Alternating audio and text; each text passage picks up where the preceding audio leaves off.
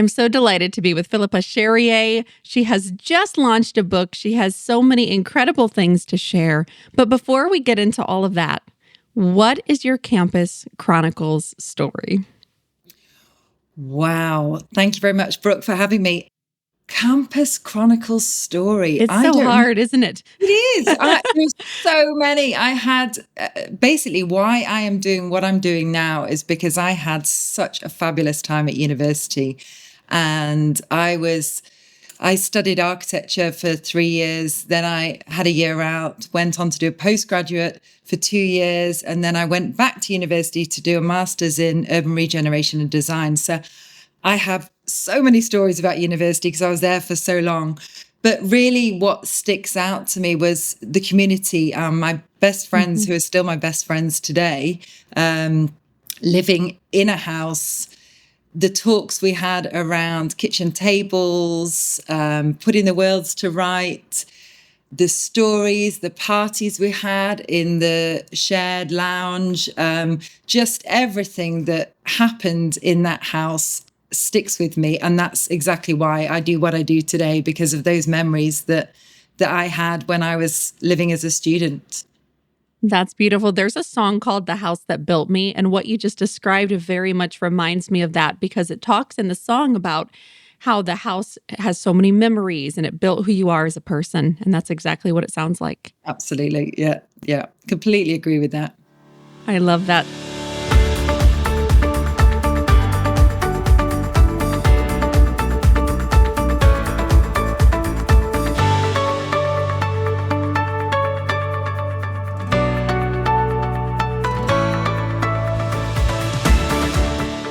You've done something amazing. You have launched a book for university students. Why? What inspired you to write this?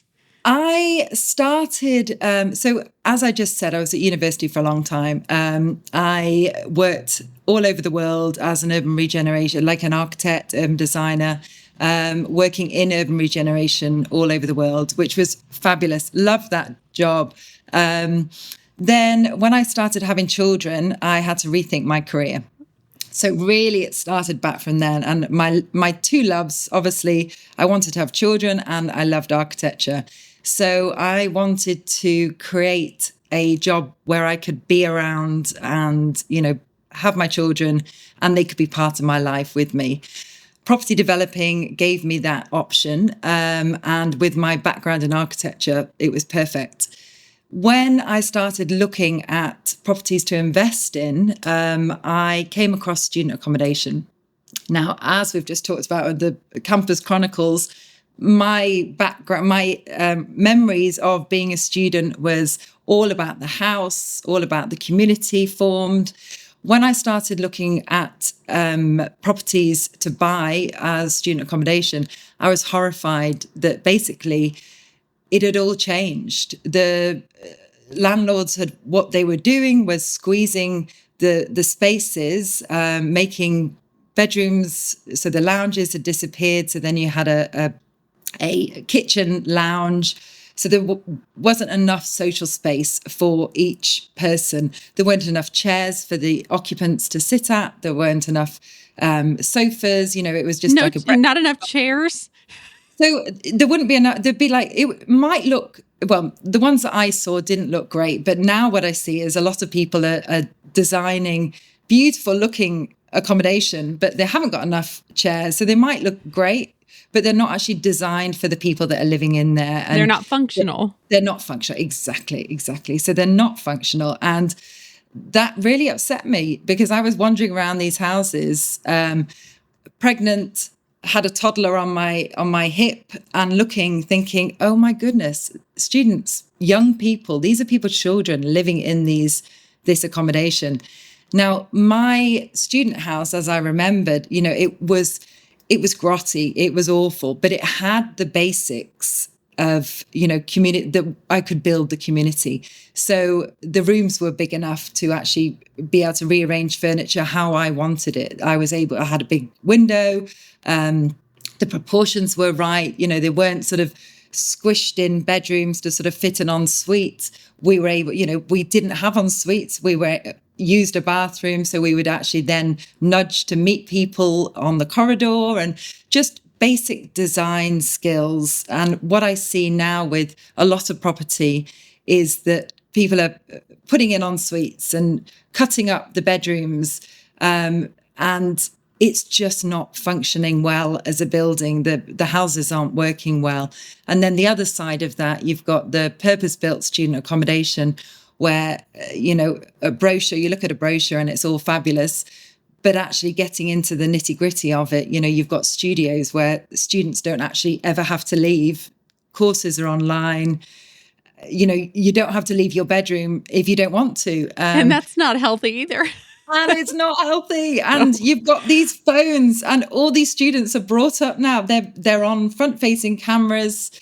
It takes a lot for somebody to actually put your phone down and go and chat to somebody. And so this was my mission, that it started off like that. I went as part of design, I went to judge an international design competition.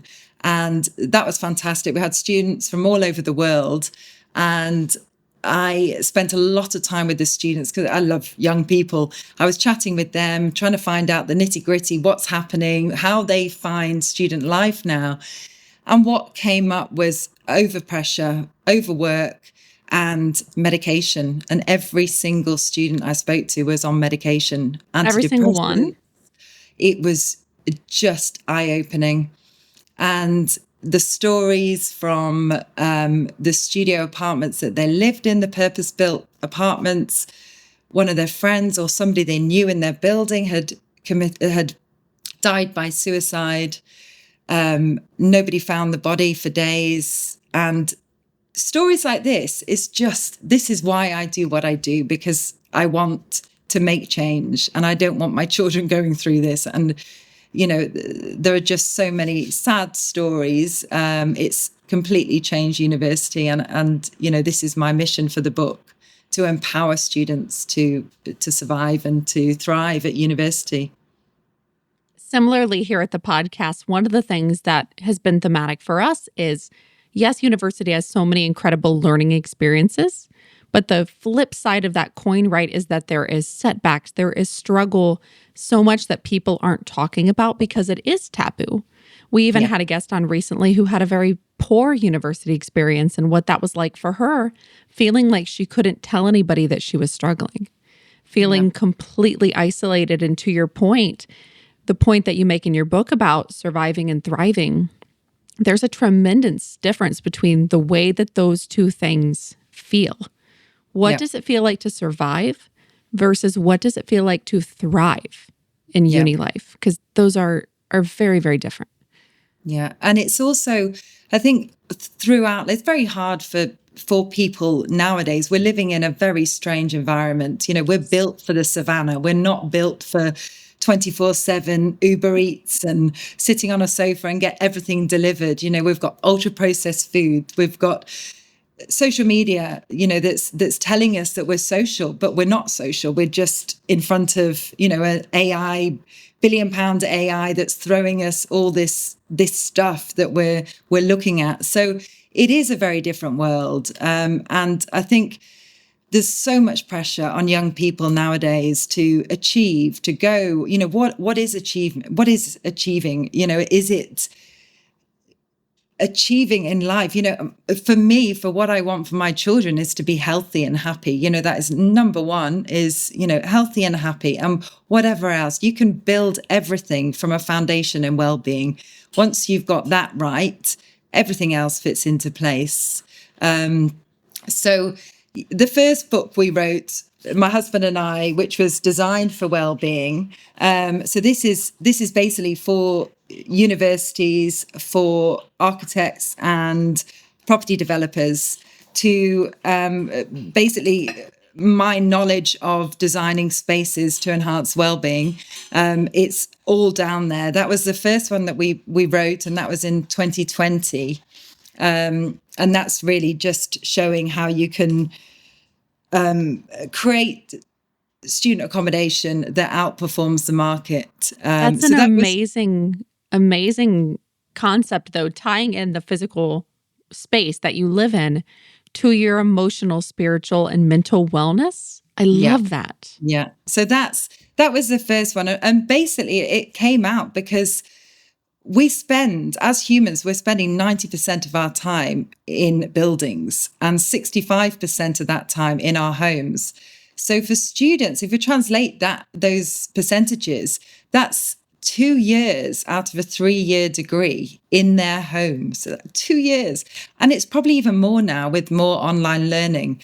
So our homes are foundational where they live, even if it's not, classed as a home, it's student accommodation, which I don't really like the word of student accommodation. I think that they are homes and they need to be seen as a space, not just a temporary space that they're living in. It's their home. All these fundamental things, which I talk about in the next book, which is Student Thrive Mode, is there are 6 pillars. And it's really, I've researched and researched and researched and taken all the medical research, all the success driven, all the biohackers, the neurosurgeons, the doctors, the GPs, everybody everywhere and what they're saying. And I've taken all that information over the last 2 years, as well with all the information that I've got from running student properties for the last 12 years, and put it into an easy, digestible book, which is basically a toolkit for students to thrive and succeed at university. So that's really how it sort of all comes together. And it's something that I want my children to have, a book, that they've got this toolkit, very easy to read, lots of hacks, lots of ways to empower them and hopefully succeed at university. Well, this is beautiful. You have so much passion for it, and that's what we love here. For me, one of the reasons that I'm so passionate about hosting this podcast is my university experience was not great in a lot of different regards. And to your point about what you're saying, taking this advice and putting it in a very digestible format, that's going to decrease the overwhelm, because I think so many people want to focus on their emotional wellness or their mental health or even their physical health. But knowing where to start can be such a challenge and prevent you from getting there.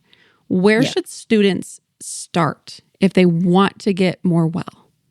Well, really, there's a lot of noise, as we talked about with social media. There's so many people selling you stuff, especially as students. It's just people you shouldn't listen to too. Yeah. And you just pick up, you go on Instagram, you go on whatever, and you can see 2 experts, so-called experts, they might be experts, whatever, saying completely conflicting views.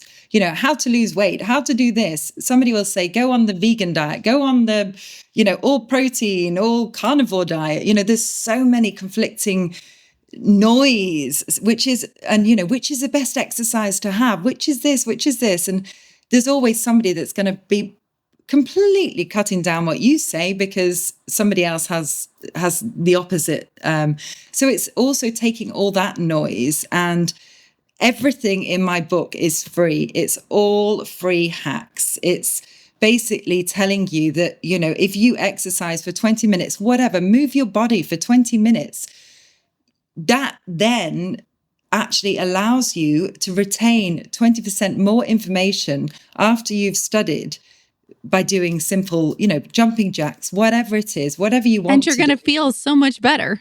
You're going to feel great. And you're probably going to then, it's all these nudge effects, you're going to go out. And also about socializing, the big thing is 1 in 5 students, the stats are awful. 1 in 5 students say they don't have a single friend.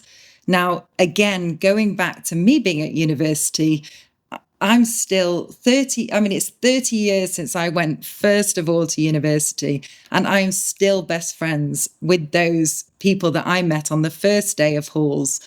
Now, to me, when I hear a headline in the newspaper saying that 1 in 5 don't have a friend, and that, we know that smoking 15 cigarettes a day is the same as feeling lonely. It's as bad for our health. Social isolation is bad for our health than as smoking 15 cigarettes a day. So when you put those two together, then you've got all these developers that are designing studio buildings that are beautiful, that cost an absolute fortune. So that's going to impact their financial ability to, survive. That's another key problem with well-being, is financial implications. It's not making sense. None of this is making sense. So, sorry, going back to your question about what I would love be all your sharing. So no sorries. No sorries. the most important thing. I think it's trying to get yourself away from this thing, this phone that's in your hand, that's everywhere. Because even just having it next to us, there's so much research that's been done, just having it on, even in your blazer pocket. There's studies with students, school students, that even just having it in your blazer pocket, you are not going to retain the information that your teacher's teaching you. Having it in front of you when your friends are there talking, you're completely distracted. You're not taking in as much information as when your friend's talking to you.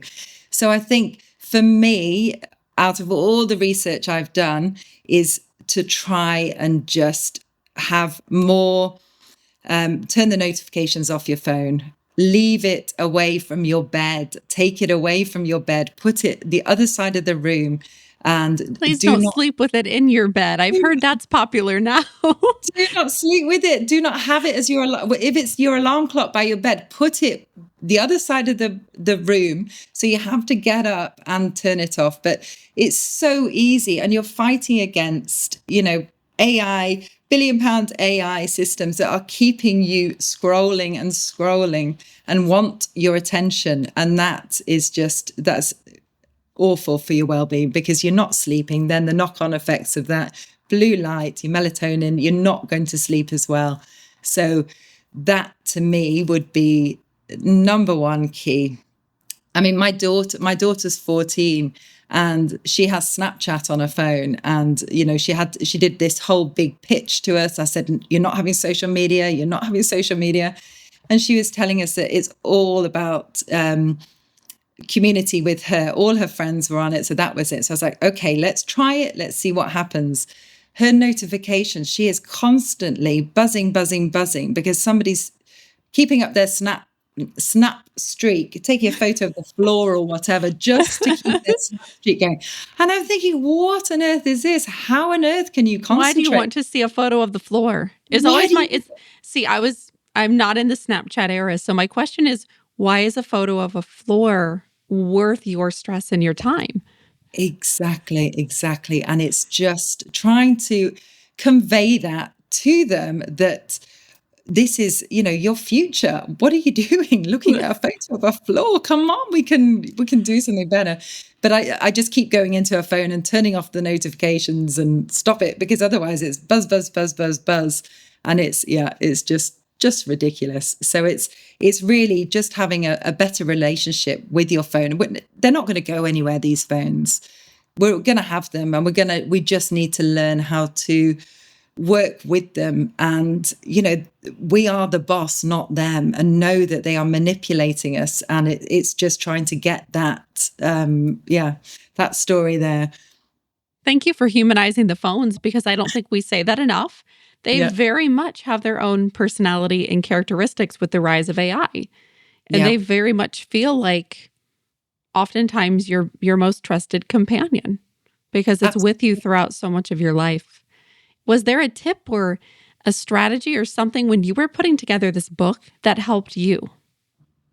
Oh, all of it. I love it. And going back to my children, they're constantly like, "Oh, for God's sake, Mum, did you hear that on a podcast? Did you read that in the research paper? Did you do this? Did you do that?" They're growing up listening to me saying, "Well, don't do this, don't do that."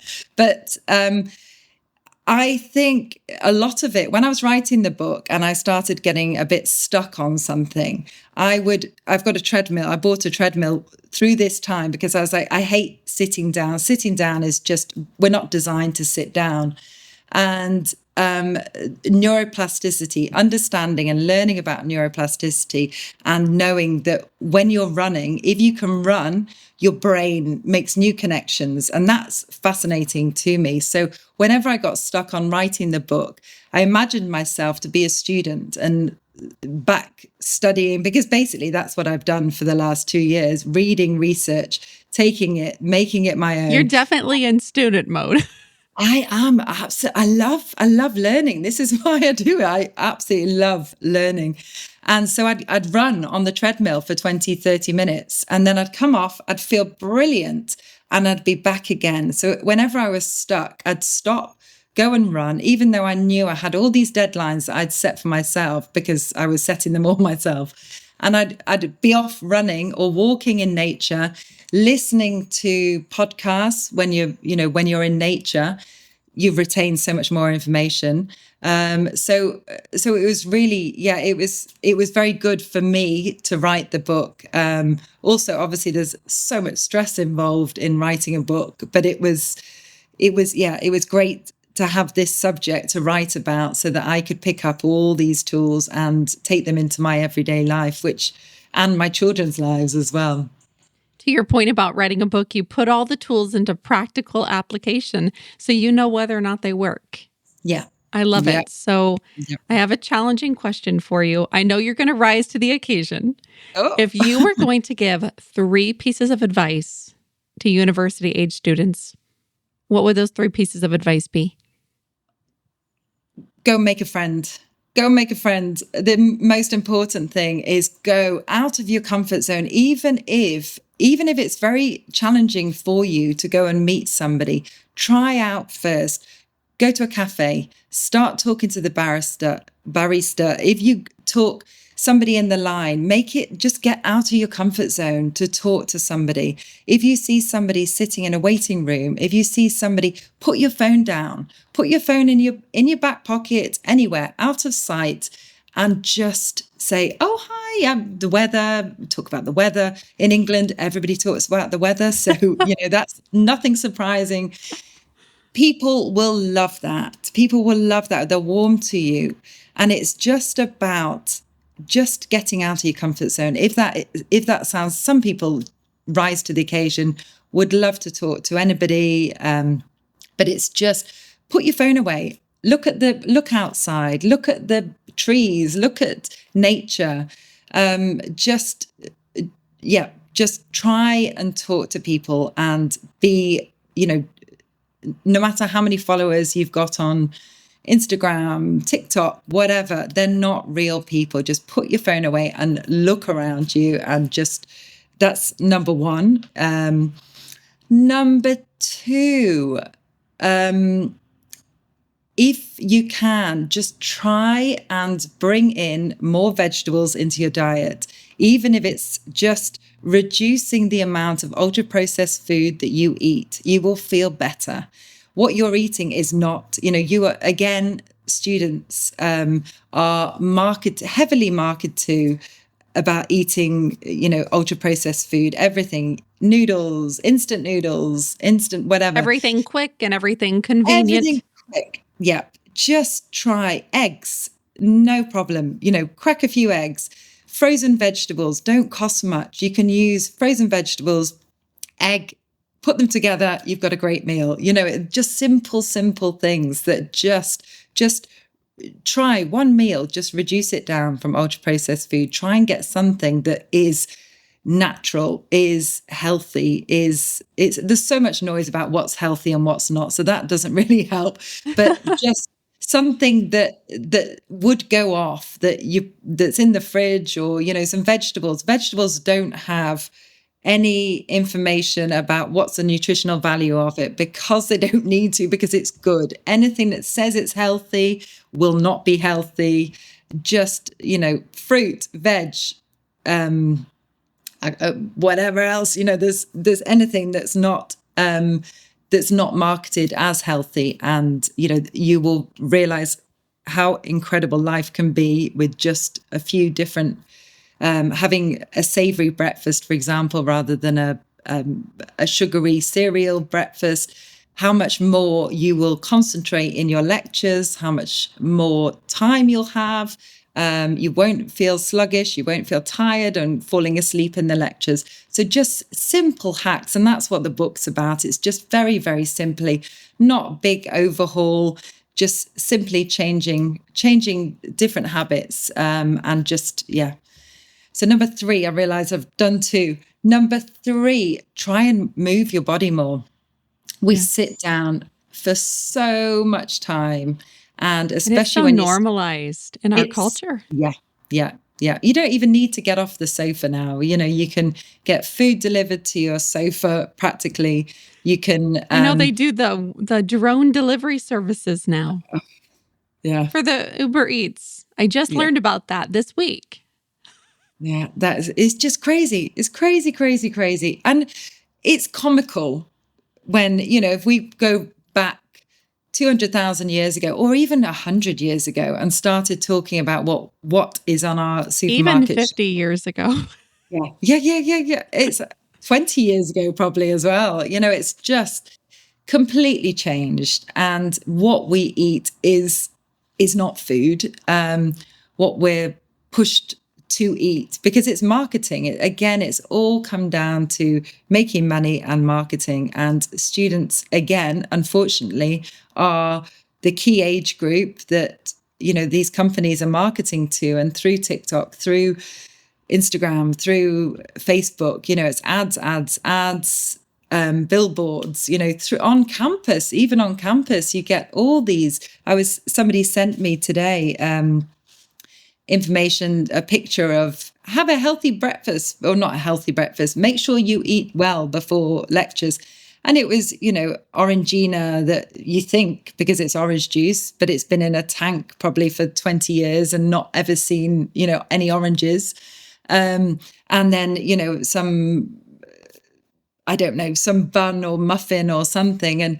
And that's being sold as a healthy eat. Now, if I ate that, I'd be falling asleep in the lectures. I would just, so I think it's also listening to your body and how your body reacts to something. If you're eating ultra processed food or whatever you eat, just listen to yourself and just listen to what your body is saying. And if you're falling asleep, it's probably not the right thing to be eating. Go for a walk, see how you feel, just go out into nature. Nature is, it's so important for us because we've evolved to live with nature. So, yeah. And now we don't have any natural light, just artificial. My Exactly. very, very close friend is a dietitian. And when people are not sure what to eat or if something is processed or not, she said one of the simplest ways to tell that's incredibly easy is, does it grow on a tree? Does it Yeah. grow in the ground? Does it come from the natural world? And if it does come from the natural world, chances are there's some really good nutrients and minerals and vitamins and things that you need within there. And so she said, if you're going to like the market, that is one of the easiest rule of thumb ways that you can use to know what you're putting in your body. Yeah, absolutely perfect. Yeah. Brilliant. Yeah. Well, that's what she shared with me. And guys, you really do need to move your body more. I'll tell you, I didn't move my body before the podcast today, and I'm a little sleepy. Yeah. But I've had such an incredible time with you. If somebody wants to purchase the book, if they want to start implementing these tips into their life, where do they go to find it? Wherever you would buy a book, wherever you buy a book, Amazon, Waterstones, every bookshop, it's there, it's online. And if you want, you could buy it directly from my website, which is philippacharrier.com. It's Charrier. It's a French name, so it's confusing, but Charrier, Philippa Charrier. And it's all the information's on there, as well as a Thrive check-in. I've done an actual a check, a sort of a quiz that you can do to see how well you're thriving. So there's that's free on there as well. I love that. It's measurable. So Yeah, that's amazing. absolutely.